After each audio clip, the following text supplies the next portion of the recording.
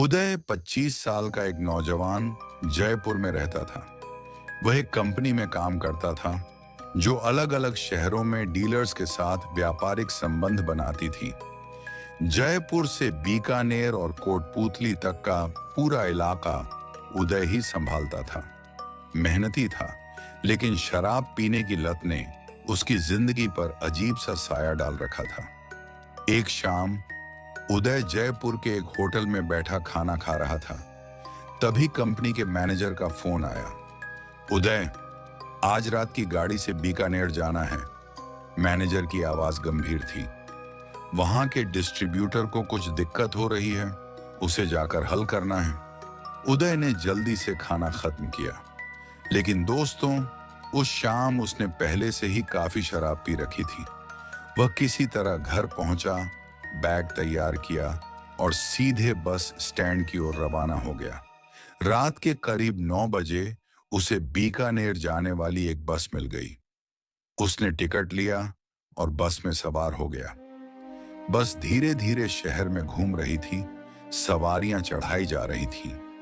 उदय ने देखा कि बस में एक सीट खाली है, लेकिन जैसे ही उसकी नजर सीट के पास गई, उसने देखा कि पास वाली सीट पर एक नवविवाहित युवती लाल साड़ी में बैठी थी।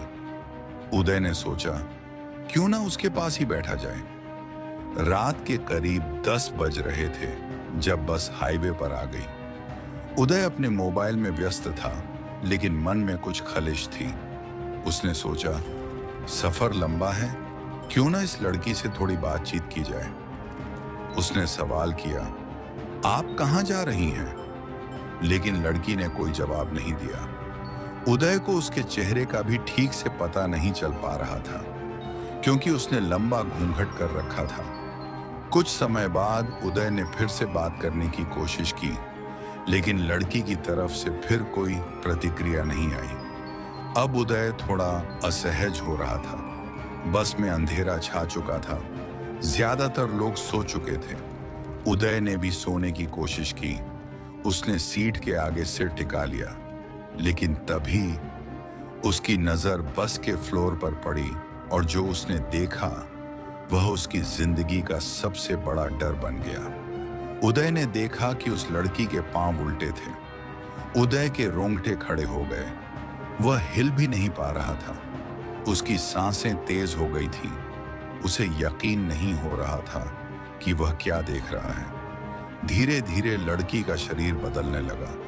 उसके हाथ पांव अजीब ढंग से मुड़ने लगे और उसका चेहरा मानो कोई डरावनी चुड़ैल हो। उदय का दिल जोर जोर से धड़कने लगा। वह भागना चाहता था, लेकिन उसके पैर जम चुके थे।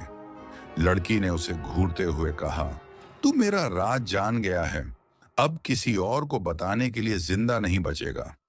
उसकी आवाज इतनी डरावनी थी कि उदय का खून जम गया। लेकिन ये उदय का अंत नहीं था। हिम्मत जुटाकर उदय ने मन ही मन हनुमान चालीसा का पाठ करना शुरू कर दिया। जैसे ही उसने चालीसा पढ़ना शुरू किया, लड़की जोर से चिल्लाई, ये बंद कर, ये मुझ पर असर नहीं करेगा। लेकिन उदय ने पाठ जारी रखा। रात भर ये सब चलता रहा। आखिरकार सुबह के 4 बजे बस बीकानेर पहुंची। जब बाकी यात्री बस से उतरने लगे, तभी किसी ने उदय को देखा। वह बस की सीट पर अजीब हालत में पड़ा था। मुंह से झाग निकल रहे थे, आंखें खुली हुई थीं।